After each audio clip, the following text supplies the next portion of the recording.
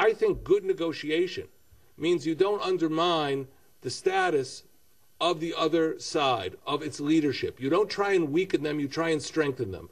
We're always seeking to do that. So again, I want to repeat, I think that we have differences that can be bridged, but our approach in this television program should not be to dig up the dirt on the other side so we make an impression on the BBC audience. What we should be doing is trying to be forward-thinking, understanding the limitations of the other side, but trying to come up to areas where we can bridge our differences. And indeed, that's what I'm trying to do, Dory Gold. Not simply doing these recitals of what the other side didn't do and how it violated agreements. I've got my list, too. Let's take 2 or 3 more interventions from the floor, please. Fatah has not had elections, and the PA has not had elections for a very long time, and it's a big question mark to the Middle East whether, in fact, Fatah can represent the will of the Palestinian people, given that there have not been elections for a very long time. What is the credibility for Fatah to negotiate on behalf of the Palestinian people? Is it going to persuade the people who elected Hamas in Gaza that they are able to credibly represent their wishes? Dory Gold, do you have a view similar to the question we've just heard from Human Rights Watch, that there are questions over the legitimacy of the leadership in Ramallah? Is that a view in Jerusalem? It is not up for Israel to pick Palestinian leaders. And it is not up for Palestinians. It's not up to them to pick Israeli leaders. Our peoples pick our leaders, and our leaders negotiate. Now, there has been a view among some of the speakers today that we should speak to Hamas. I mean, do you again know what you are dealing with? I just want to make sure you understand what's in the Hamas covenant. One sentence.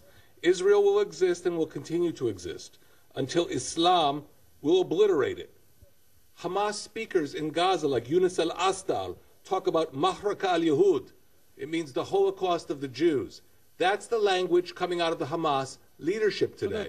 So what are we supposed to speak about? I think our job is to work with Mahmoud Abbas, with the Palestinian Authority leadership, to try and solve this conflict. Not to look in the past, but to look to the future. Dr. Zablat. Should I really remind you of what Ovadia Yosef said 2 months ago? He used the occasion of a religious convention to pray and to ask God, his God, not my God, that all the Palestinians, chiefly among them the Palestinian president, will perish. And that sits on the top of the second most significant political movement in Israel. These are the details. You shouldn't really discuss it here, this person here, this person there. We can sit until tomorrow to quote some of your constitutions. Khalid Janahi, can I just ask you, what's your view in response to that question from Human Rights Watch? No, I think actually I just heard the answer, which was a good answer, that the Palestinian people choose their leaders and the Israeli people choose their leaders.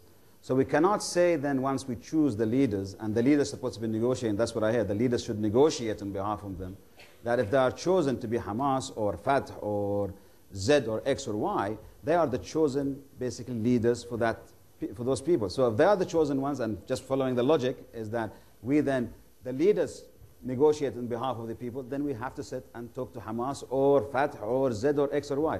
But I think, coming to your point, I just want to raise 2 things here. Since it's an important thing not to forget the street. The street is a very important factor. But there are 2 sides, again, there are people talking. They need to be involved much more. I mean, the Arab League has to get much more involved. They have got their peace initiative in front of the world. They're sitting there. It's been sitting there for 8 years now. I think they need to be more proactive rather than always just going through the United States, because from what that young lady said, the United States cannot be an easy, because it's going always with the strength rather than going with the weak. So they cannot be taken there. So we have to be, the Arabs have to push more forward with the Arab Peace Initiative. Right, let's get a few more views, please. Peace sometimes begins with small gestures, ping-pong diplomacy. I'd be curious to know from Mr. Zumlaut and Mr. Gold, what sort of small gesture would Palestinians be willing to make that they think could raise confidence among Israelis? And similarly for Mr. Gold, what kind of small gesture could Israel make to raise confidence among Palestinians?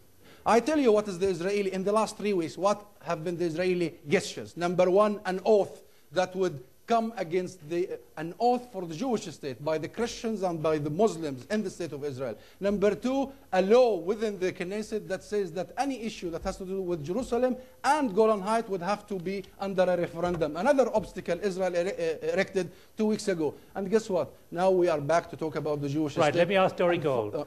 Dori Gold, that question on gestures quickly. While we freeze and have frozen the growth of Jewish communities, Israeli settlements in the West Bank, we are willing to be as supportive as possible for the building of a new Palestinian city called Rawabi, right next to Ramallah.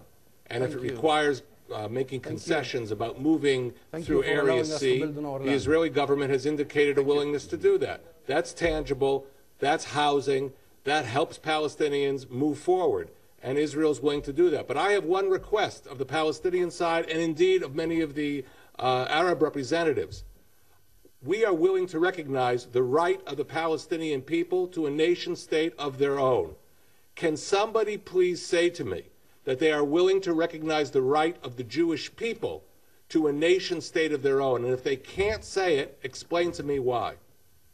David Rosen. While the conflict is a territorial conflict, religion is often used and abused, and indeed in attempts to bring about a successful peaceful resolution in negotiations in the past, we saw extremists on both sides try to torpedo it, whether it was Islamic fanatics or in the name of their religion trying to bring the peace process down, or whether it was Yigal Amir or the assassin of Yitzhak Rabin.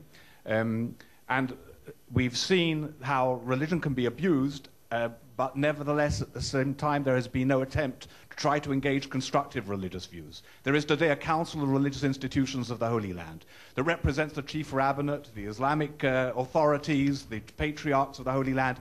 Are you engaging them to ensure that religion is part of the solution rather than part of the problem? And let me go to Mr. Masri, a leading industrialist from the Palestinian side. I wish the Israelis will come to their senses and to think they should be the right people to talk to the Palestinians who are dying for peace. I'm dying to see peace. All my life I've been working for peace, but I haven't seen it from the Israeli side.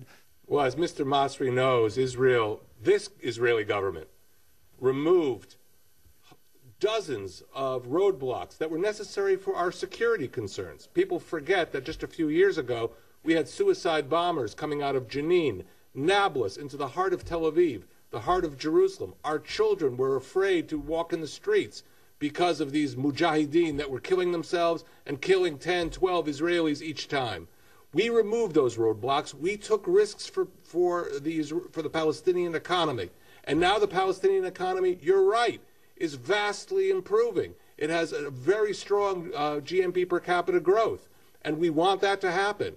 But frankly, we do have our differences. We do believe a compromise is necessary. Resolution 242 never said Israel has to go back to the 49 armistice lines.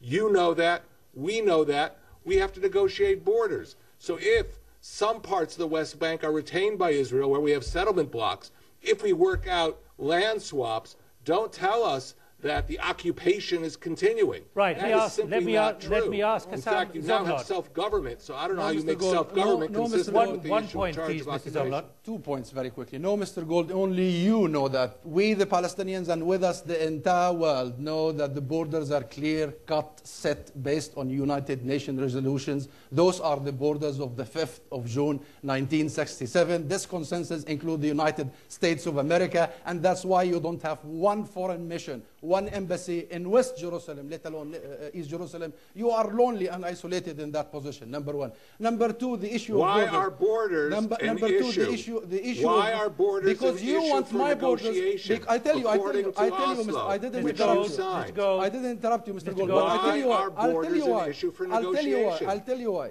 I'll tell you why. If you hear me, I'll tell you why. Because you want my border to be a function of your settlements and colonies and a function of your security. You don't want it to be a function of my right.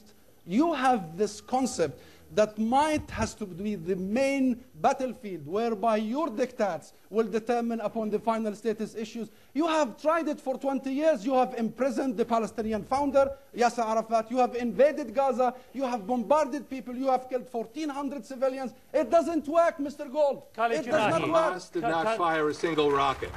And Hamas did not fire a single rocket. I understand your understanding of history. Do you feel that there's any grounds for optimism that the right people are talking at the moment, or not? Well, if you're going to lose optimism, I mean, as I said at the beginning, people are the most important thing. They're human beings that we're talking about.